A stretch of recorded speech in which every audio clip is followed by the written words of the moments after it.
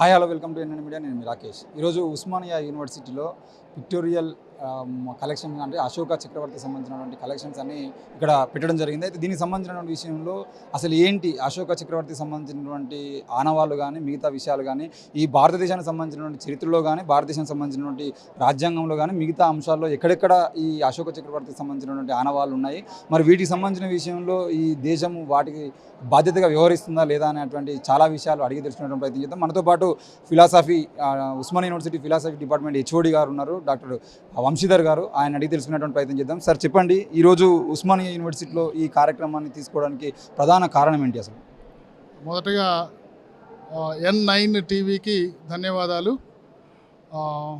ఇక్కడ ఉన్నటువంటి కాన్సెప్ట్ ఏంటి అని అంటే, మనందరికీ కూడా చాలామంది రాజులు తెలుసు, చక్రవర్తులు తెలుసు. భారతదేశంలో మనం ఫారినర్గా అలెగ్జాండర్ దగ్గర నుంచి ఎంతోమందిని చదువుతాం, కానీ వాస్తవమైనటువంటి చరిత్రని, ఇండియాలో ఉన్నటువంటి ఒక గొప్ప చక్రవర్తిని ఒక పేరుకు మాత్రమే తలుచుకుంటున్నాం, కానీ అతని కంట్రిబ్యూషన్ ఎంత గొప్పగా ఉందో ఇండియాకి అనేది చాలామంది విస్మరించినట్టు నటిస్తారు.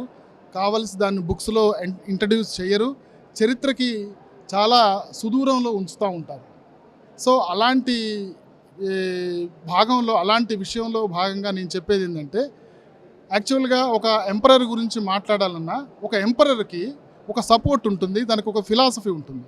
ఆ ఎంపరర్కి గ్రేట్ సపోర్టు ఎవరు ఉంటున్నారు అని అంటే అశోక చక్రవర్తి అనేటువంటి ఒక గొప్ప చక్రవర్తి. అయితే ఏ చక్రవర్తి కూడా తనకు తాను ఒక గొప్ప ఫిలాసఫర్గా కానీ ఒక రూలర్గా కానీ ఒక గ్రేట్ కింగ్డమ్ని తయారు చేసుకోలేడు.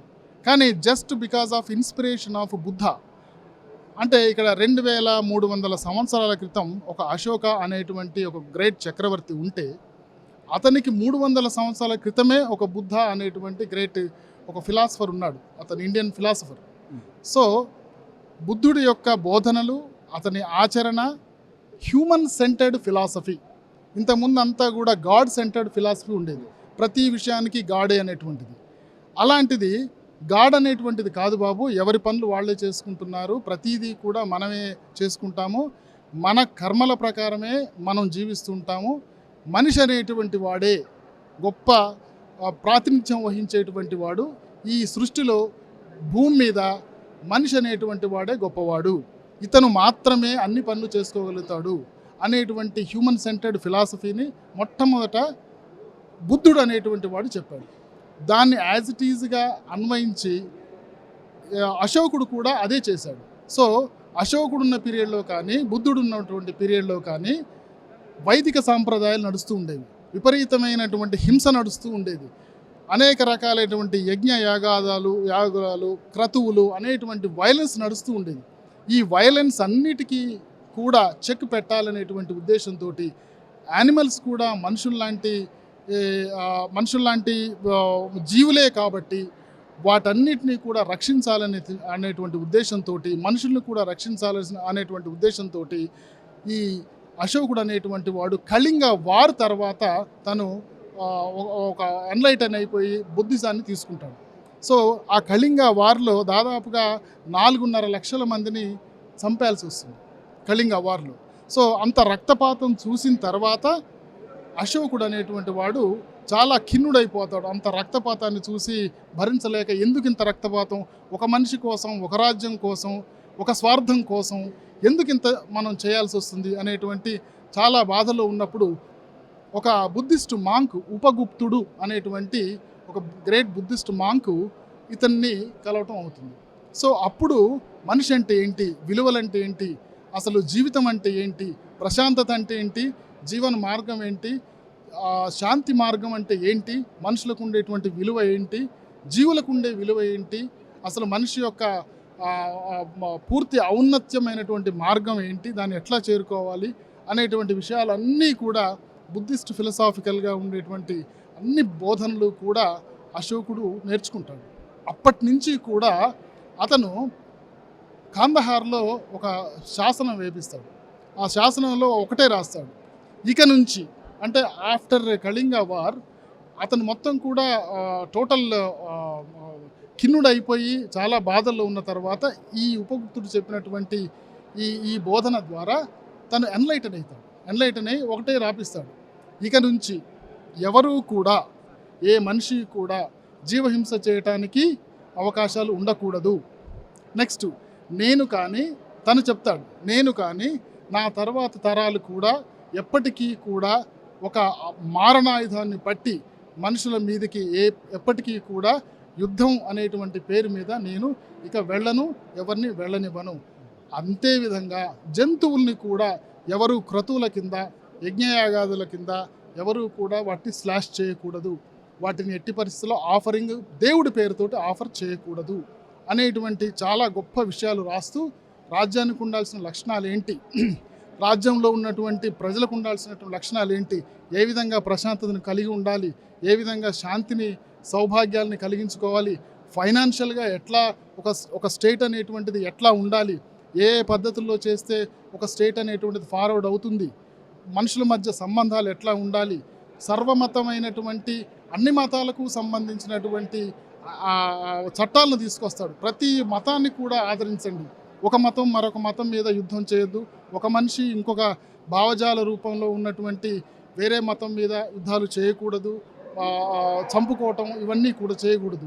కనీసం నీళ్ల కోసం అనేటువంటి ఒక నిర్జీవమైన నీళ్ల కోసం, నిర్జీవమైనటువంటి భూమి కోసం జీవంలో ఉన్నటువంటి మనుషులను చంపుకోవటం ఏంటి, ఇదంతా ఫులిష్నెస్ కాదా అనేటువంటి గొప్ప ఐడియాలజీతోటి అశోకుడు అనేటువంటి వాడు ఇక్కడ ఉన్నటువంటి ఇన్స్క్రిప్షన్స్ అన్నీ కూడా చెక్కించాడు. ఇప్పుడు మనం చూస్తున్నటువంటి ఈ అశోక పిల్లరు, ఈ 4 స్తంభాలు, ఇంకా అనేక అయినటువంటి ఇప్పుడు మనం చూస్తున్న మన ఫ్లాగ్లో ఉన్నటువంటి ధర్మచక్రం, it is taken from Ashoka's concept. ఆ అశోకాస్ కాన్సెప్ట్లో ఉన్నది ఏంటి అంటే బుద్ధుడి యొక్క పూర్తి బోధన ఒకటి ఉంటుంది, ప్రతీత్య సముత్పాదం అనేటువంటి బోధన ఉంటుంది. అందులో 24 ఆకులు ఉంటాయి. ఆ 24 ఆకులకి కూడా ఉన్నటువంటి ప్రతిదీ కూడా దుఃఖం నుంచి ఎట్లా మనం బయటపడాలి అనేటువంటి ఒక క్రమ పద్ధతిలో ఉన్నటువంటి ఒక కాన్సెప్ట్ ఉంటుంది. ఆ కాన్సెప్ట్ని బేస్ చేసుకునే నెహ్రూ గారు అప్పట్లో దీన్ని ప్రపోజ్ చేశారు. ఈ చక్రం ఇందులో ఉండాలి.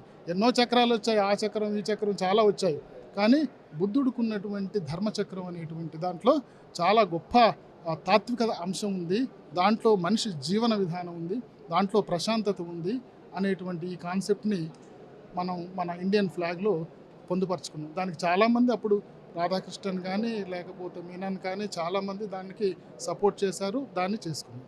అలాగే ఇప్పుడున్నటువంటి 4 సింహాలు కూడా భారతదేశానికి ఒక గుర్తుగా, ఒక ప్రతినిధిగా ఉండేటువంటి ప్రతి రాజముద్రకి కూడా దీన్ని ఉపయోగించుకుంటాం. ఇది కూడా అశోకుడు తయారు చేసినటువంటిది. ధర్మం అంతా కూడా 4 పాదాలు ఉండాలి.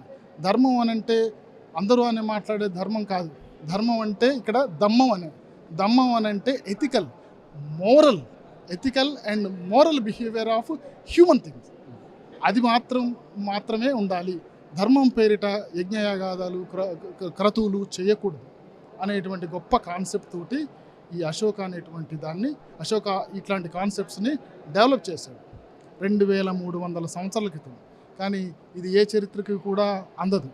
చరిత్రలో ఎప్పుడు కూడా ఏం చెప్తారంటే రోడ్లు వేయించాడు, చెట్లు నాటించాడు, ఇంతవరకే ఉంటుంది. కానీ వెటనరీ హాస్పిటల్ అనేటువంటిది యానిమల్స్ కూడా ఉండాలనేటువంటి మొట్టమొదటి కాన్సెప్ట్ అశోకుడు తీసుకొచ్చాడు. వెటనరీ హాస్పిటల్స్ ఉండాలన్నాడు. మనుషుల హాస్పిటల్స్తో పాటు వెటనరీ హాస్పిటల్స్ ఉన్నాడు. ఈ మాట ఎవరు చెప్పలేదు. ఇంకా ఓడిపోయినటువంటి రాజ్యాలకు వెళ్ళి ఇతను అక్కడ ఉన్నటువంటి పబ్లిక్ని క్షమాపణ కోరుతాడు. నేను పొరపాటు చేశాను, ఇంతమందిని చంపాను, ఇంత వైలెన్స్ చూశాను, నేను ఇక పొరపాటున ఇంత రక్తపాతాన్ని నేను చూడను, ఈ బ్లడ్ షెడ్ నాకు వద్దు, నేను పూర్తిగా పరివర్తన చెందాను అని చెప్పి ప్రతి కంట్రీకి వెళ్ళి, ప్రతి పక్కనున్న పొరుగు రాజ్యాలకు వెళ్ళి అతను ఇట్లాంటి సందేశాలు ఇచ్చి శాంతి స్థాపన అంటూ ఒక అతను చేశాడంటే, ఒక కింగ్గా ఉండి బుద్ధుడేమో కింగ్ కావాల్సిన వాడు బుద్ధుడైతాడు, ఇతను కింగ్ అయిన తర్వాత బుద్ధత్వానికి చేరతాడు. అంత గొప్ప చక్రవర్తిని మనం హిస్టరీలో మర్చిపోతున్నాం.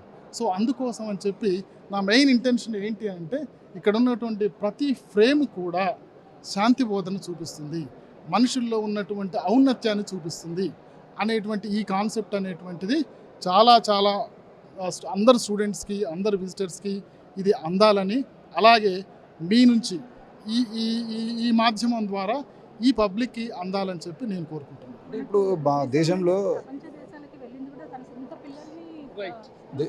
దేశంలో ఇప్పుడు 4 సింహాల దగ్గర నుండి మొదలు కానీ లేదంటే అశోక చక్రం నుండి ఇవన్నీ కూడా బౌద్ధ చక్రానికి సంబంధించిన అన్నీ కూడా మనము పెట్టుకున్నాం భారత రాజ్యాంగంలో కానీ లేదంటే జెండాలో కానీ చాలా అంశాలలో అశోకుని కానీ బుద్ధుని కానీ చాలా కూడా ఉన్నాయి. కానీ ఇక్కడ నుండి పాలకులు వాటికి సంబంధించి ఇప్పుడు మీరు చెప్తున్నట్టుగా ఒక అశోక చక్రం చూసినా లేదంటే ఒక 4 సింహాలు చూసినా అవి బోధించేవి ఇక్కడ పాలనలో జరుగుతున్నాయి. మరి సో అంటే జరుగుతున్నాయి నిజమే, కాకపోతే మనం అడాప్ట్ చేయటం అనేటువంటిది చాలా ముఖ్యం. ఇప్పుడున్నటువంటి రాజ్యం, ఇప్పుడున్నటువంటి ప్రభుత్వాలు దీన్ని మరుగున పెడుతున్నాయి. ఇప్పుడు మనం ఇందులో తీసుకున్నటువంటి ప్రతిదీ కూడా సమానత్వాన్ని బోధిస్తున్నప్పుడు లేదు సమానత్వం అవసరం లేదు, అసమానత్వం కావాలి, ప్రజల మధ్య విభజనలు కావాలి, అప్పుడు మాత్రమే మేము పరిపాలించడానికి వీలుంటుంది అనేటువంటి ఆ దృక్పథంతో ఉన్నటువంటి వాళ్ళకి సమానత్వం గురించి చెప్తుంటే వాళ్ళకి రుచించకపోవచ్చు. అదొకటి. ఇందులో ఈక్వాలిటీ, ఫ్రెటర్నిటీ, ఇంకా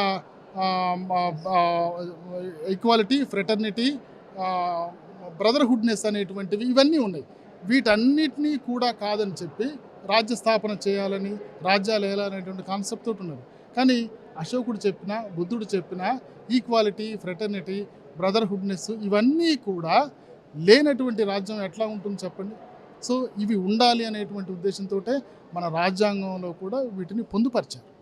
ఈ పొందుపరిచిన విధానాన్ని చాలామంది పాలకులు అర్థం చేసుకోలేక, అర్థమైనా కానీ వాటిని పట్టించుకోకుండా ఉంటున్నారు. సో ఇట్లా ఈ పట్టింపు లేని విధానం ద్వారా రోజు రోజు వైలెన్స్కి ఎక్కువతా ఉంటుంది. సో ఆ వైలెన్స్కి ఎక్కువతా ఉన్నప్పుడు మళ్ళీ వీళ్ళు ఎంతగా ఎన్ని కాన్సెప్ట్స్ ప్రవేశపెట్టినా నిజంగా మళ్ళీ నీకు స్వేచ్ఛ, సమానత్వం, సౌభ్రాతృత్వం కావాలి అని అంటే and come to the Buddhism, అది మాత్రమే నీకు దారి అవుతుంది. So Buddhism is the key for every problem. Okay, Ambedkarism is the password to enter all Buddhist philosophy, all humankind. So ఇది మాత్రం జరగాలి. రైట్. థ్యాంక్ యూ అండి.